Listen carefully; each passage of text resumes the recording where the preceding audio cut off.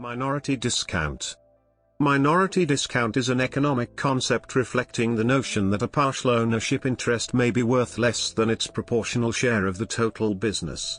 The concept applies to equities with voting power because the size of voting position provides additional benefits or drawbacks. For example, ownership of a 51% share in the business is usually worth more than 51% of its equity value. This phenomenon is called the premium for control. Conversely, ownership of a 30% share in the business may be worth less than 30% of its equity value.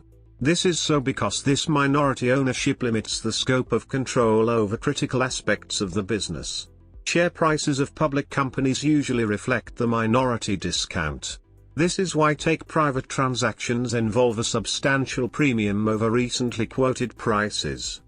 Properties of minority interest. On a per-share basis, buyers will pay less for minority interest versus a controlling or majority interest because a minority position strictly limits investors to make crucial business decisions. Below are some drawbacks penalizing minority shareholders. Minority protection.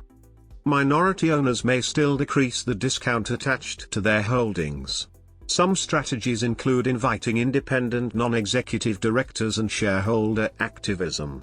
The activism can take several forms: proxy battles, publicity campaigns, shareholder resolutions, litigation, and negotiations with management.